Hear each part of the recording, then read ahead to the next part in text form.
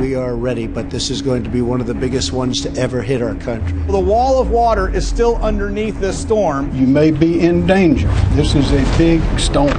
Yeah, I'm worried about this one. I'm worried about the flood. Take the mandatory evacuations very seriously, and it's probably not going to be survivable out here. It's unpredictable, really. We need to get out of here. We do expect up to 3 million to be out of power. They're trying to send the signal that there is nothing left to stay for. Disaster is at the doorstep and is coming in. Specifically, the doorstep of the U.S. Southeast as Hurricane Florence approached on Thursday. It is not the only storm swirling in the world. In the western Pacific, Super Typhoon Mangkhut was bearing down on part of the Philippines. Mangkhut had already caused damage on the U.S. island of Guam, where this video came from.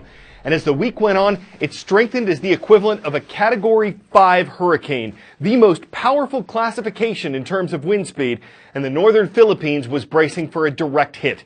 More than 4 million people are in its direct path as it approaches the island of Luzon. In the U.S., government forecasters expect Hurricane Florence to officially make landfall when the center of its eye passes over land on Friday afternoon at the earliest. The storm weakened a little yesterday to Category 2 status with maximum sustained wind speeds of between 96 and 110 miles per hour. But Florence is also a big storm, with hurricane-force winds covering an area of more than 15,000 square miles. And North Carolina's governor said its storm surge, the rise in seawater that a hurricane pushes ashore, could be between 9 and 13 feet. Ahead of the storm, CNN's John Berman was in part of North Carolina to discuss how the storm surge could affect the area. Days and days of this, I have to tell you, I am just feeling the first wind gusts that feel like they mean business. Here on Oak Island, there's a mandatory evacuation order. Some 8,000 people live here, I was just told by the mayor. About 500 remain. Why have they been told to leave? So much fear over storm surge. This dune that I'm standing on right now, it can withstand a 3-foot storm surge. Higher than that, the water will flow over it. Beyond that, I want you to take a look at these houses. Some of them are on stilts. Yes, they are built up high to withstand some storm surge. But there's Allie Hedges, my producer. She's 5'3", with her arm raised. That's maybe 7 feet max. The storm surge here could be 9 feet tall, which means the waters will wash right into these houses. And even on stilts, some of those stilts will not be able to withstand the power of the storm surge that is expected up and down the Carolina coast. To make matters worse, Hurricane Florence is moving slowly. One meteorologist says it could dump 10 trillion gallons of rainfall on North Carolina alone. What could that do to rivers that are already flooding? But you can see that this is a curb. We're on a road. I don't know if you can see how high up this water is already. Behind me here, this is a park, a public park. There are swing sets that are now starting to go underwater here, and we have not experienced the bulk of the rain that we are supposed to get. If you come out here, this is the reason why. Look out there. That is the Neuse River.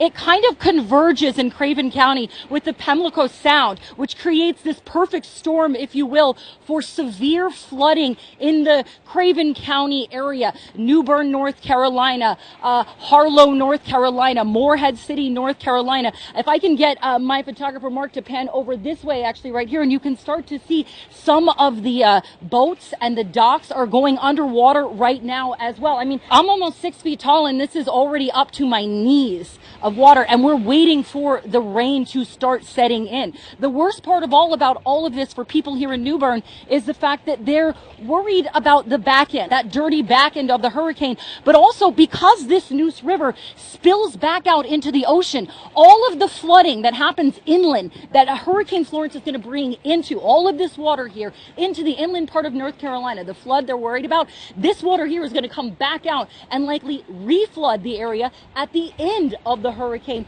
once most people have gone away. So they're worried about a double effect here. 10-second trivia. What do macaws, parakeets, and lovebirds have in common?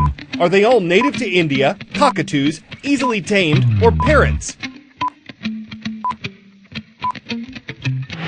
The one thing on this list that all of these birds have in common is that they're parrots.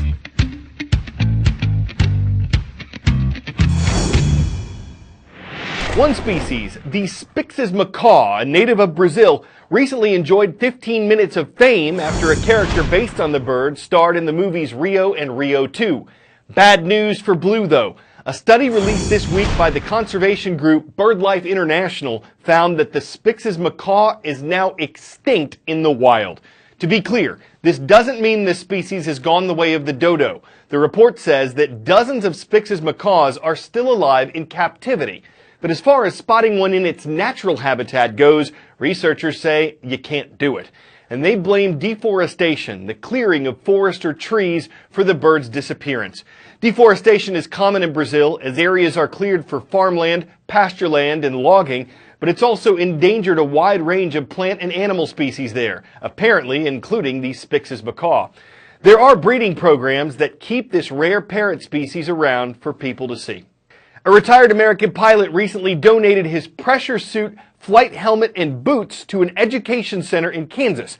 Now you might be thinking, what kind of pilot who's not an astronaut would need that kind of equipment? The answer is the kind who fly this. An airplane that was literally faster than a speeding bullet and that could fly as high as 16 miles above the earth. All these years later, this airplane is still, as far as the record books go, the fastest airplane. Development began in the late 1950s, and the airplane first flew in the early 1960s.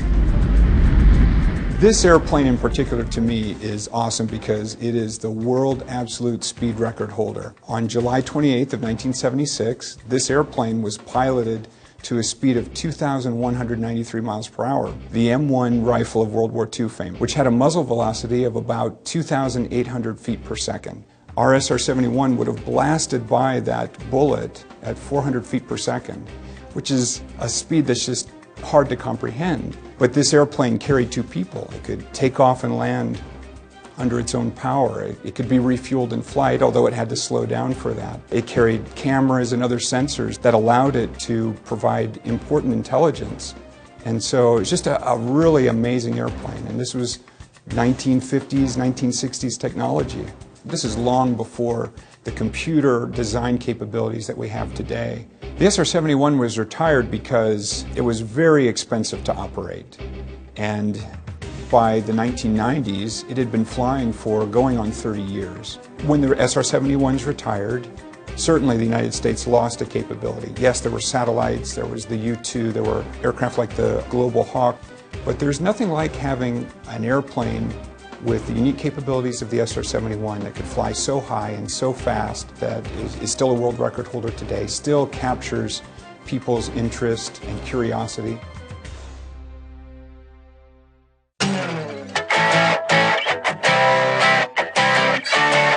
It's called the U.S. Sand Sculpting Challenge and Dimensional Art Exposition. And it's the reason why, for 3 days in the late summer, the Californian city of San Diego is known as Sand Diego. World master sand sculptors come in from all over the world to do this. The sculptures are made out of quarry sand because it's apparently easier to work with than beach sand. And some of the sculptures weigh more than 10 tons each. $60,000 in prize money is at stake.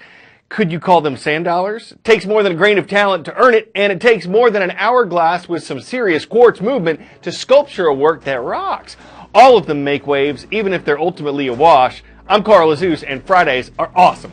Next week, we are going to start our coverage of the upcoming U.S. midterm elections, so please come on back then.